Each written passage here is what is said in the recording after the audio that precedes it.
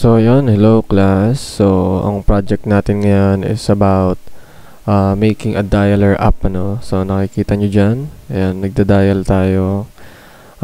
Bali na-access natin yung feature ng ating Android device. So, Android yan. Dun para makapag-make tayo ng phone calls, no? So, yun yung gagawin natin sa video natin na to. So, ayan, gagawa tayo ng dialer app. Ano nga natin? Yan, dialer. Okay, so sabihin dialer app. So i-access natin yung phone feature, no, mula dun sa app, ano, para makapag-make tayo, create phone calls. No, yun yung plano natin ngayon. Okay, so nandito tayo sa interface ng paggawa ng bagong project. Type lang natin dialer app. Okay. Ayan. May nagawa na kasi ko last time, pero hindi kasi siya nag-work kasi yung aking framework ay 6.0. So, dapat pala 7.0, 8.0 yung gagamitin natin, yung latest na, no? Para mag-run siya ng maayos sa ating devices, no? So, meron na rin ako dito naka-ready na Android device na nakasaksak. Bali, hindi tayo gamit ng emulator kasi medyo mabagal yung PC ko. Medyo hirap sa ganong mga emulators nga. So, hintayin din natin tong mag-loading, ano. So, ito, naglo-load pa yung mga kung anong elements na yan. Kasi kung hindi natin hihintayin yan, baka magka-problem yung app natin. Okay, so yun, bago ka magsimula, I recommend na i-run nyo muna sa Windows machine yung inyong interface. Kasi minsan, recta edit tapos pag nira natin, error. Pero yun pala, talagang may sira yung project, hindi pala yung ginagawa natin. Okay, so yan. So lumabas na yung ating sample interface, sample UI. Then makikita nyo naman gumagana rin yung function. So siguro safe na natin sabihin na gagana na yung mga modify natin dyan, no? Then ngayon, since Android device ang gagamitin ko pang launch, configure muna natin yung ating Android device, no? So makikita nyo dito, ito yung Windows machine, may drop down dyan. Kakakonect ko lang nung aking device, tapos in-enable ko rin yung USB debugging, no? Yun yung kailangan para makapag-install tayo ng app from computer dito papunta dun sa ating Android device, no? So once again, click nyo lang tong arrow na yon. Makita nyo Android local devices. Makikita ko yung device ko, no? Yung Huawei. Okay, so pindutin ko lang yan, and then ayun, nandito na siya. Okay, so bago natin i-run yan, edit muna natin yung contents ng ating app. Okay, so burahin natin yan muna. Hindi natin need yan. Need lang natin yan para ma-prove natin na gumagana yung project before doing any modifications or ganun. Okay, burahin ko rin to. Hindi natin need yan, pero later na pala.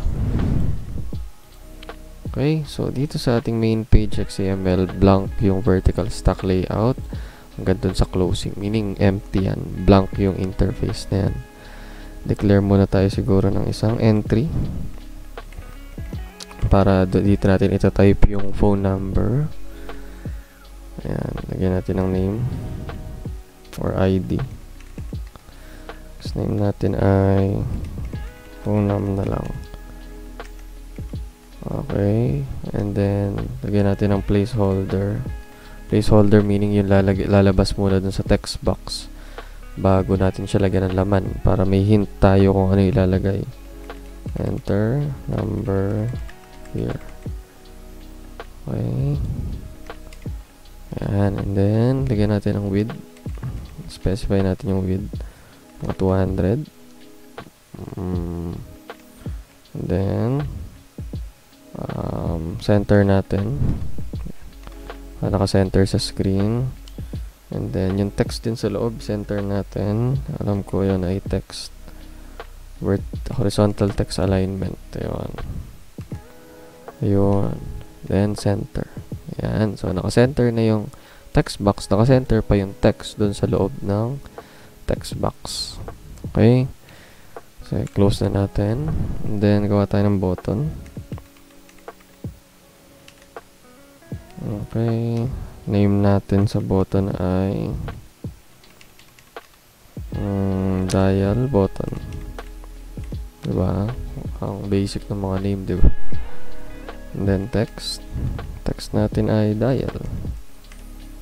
Then, bigyan natin ang width request din para same sila ng width no text box. Ano pa ba? Horizontal options. Center. Hindi na kailangan yung text alignment since sure yan naka-center na yan. No? Okay, so meron tayong entry tsaka button. Ngayon, lalagay tayo ng action, no, para once kinlik natin si button. Ayan. Okay, click. So, lagay natin na method ay on dial.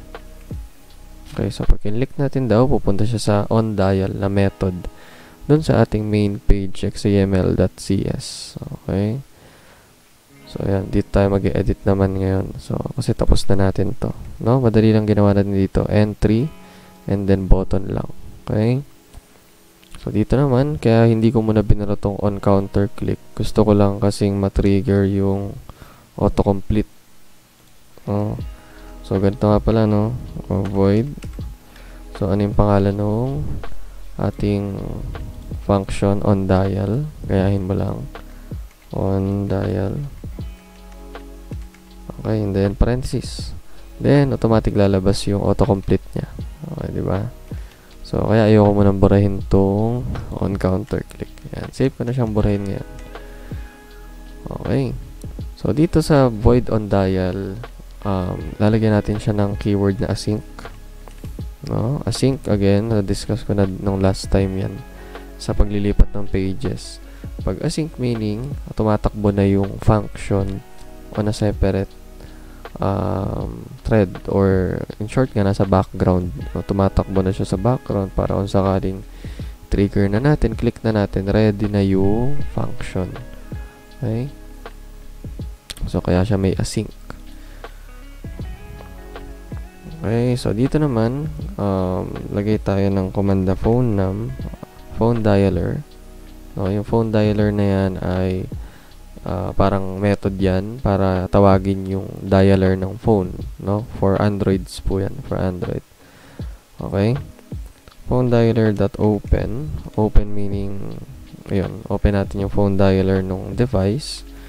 Tapos, kung ano yung number na ilalagay natin. So, saan ba manggagaling yung number? Dito sa entry natin or sa text box na ang name ay phone num. Okay? So, open the phone num. Yun. That. So, text. O, yung laman na text nun. Okay? Ayan. So, try natin. Okay. So, ayan.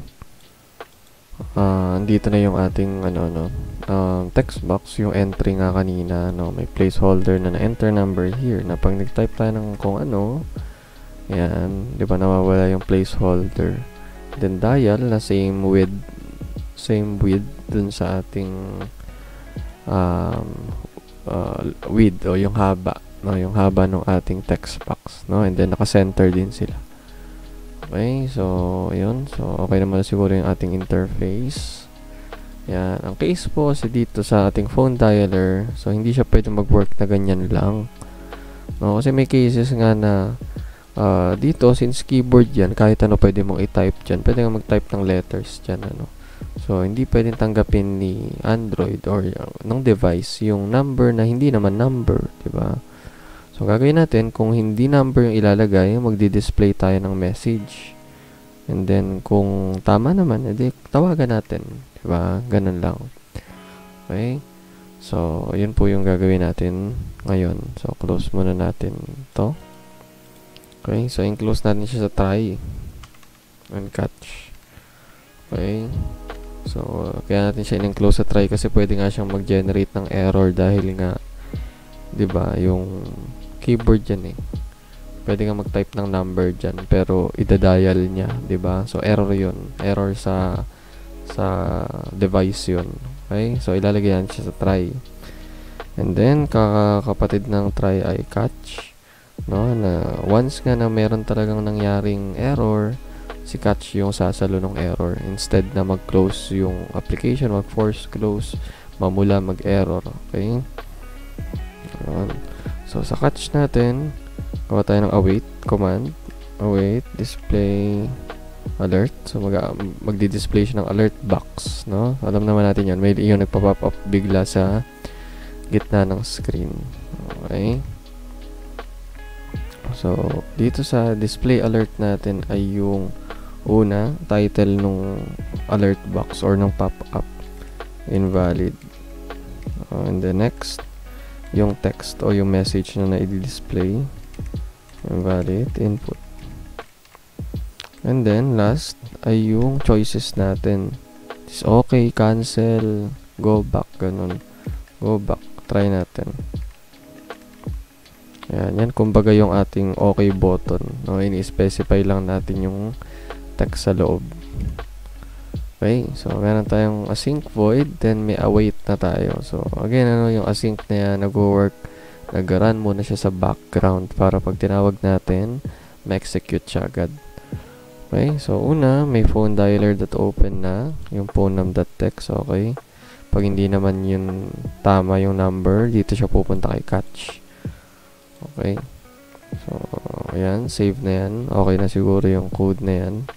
Ngayon, third step natin. Una, okay na tayo dito. Okay na dito. Pupunta tayo ngayon sa ating platforms. Ayan. Platforms. Android.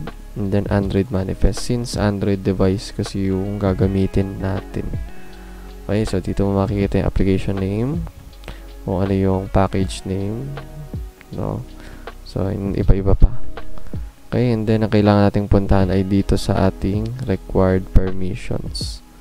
Okay, kailangan natin ditong hanapin yung phone calls.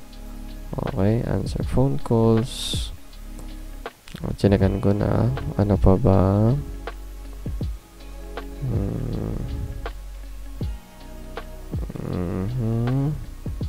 Okay, mga answer phone calls, call redirection.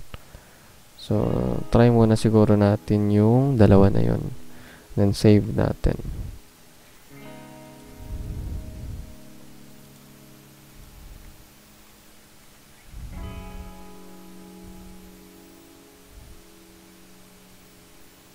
Okay, so okay na to, main page. CS, okay na din. And then, Android manifest, okay na din. Na-enable na natin yung answer phone calls. Ayan, saan ba yan? Ayun, answer phone calls. So, try natin, i-run sa mismong tablet talaga. Kasi hindi siya mag-work sa PC kasi Android manifest yung ginalaw natin eh.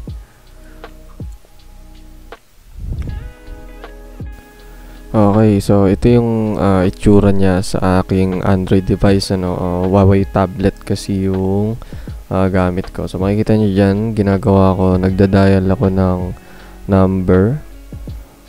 Ayan. And then nag-type ako ng kahit anong number, yan, nag-activate naman yung feature. Yes, nag-type ako ng letters, so hindi, ayaw niyang tanggapin. And then nag-leave ako ng blank. Ayun, lumabas yung ating message na invalid input kanina. So yun, so pretty much yun na siguro yun. Nakagawa na tayo ng application na nakakapag-create pala ng phone calls. Okay, yan, basta naka-activate lang yung permission na answer phone calls. So yun. Okay, so yun, thank you.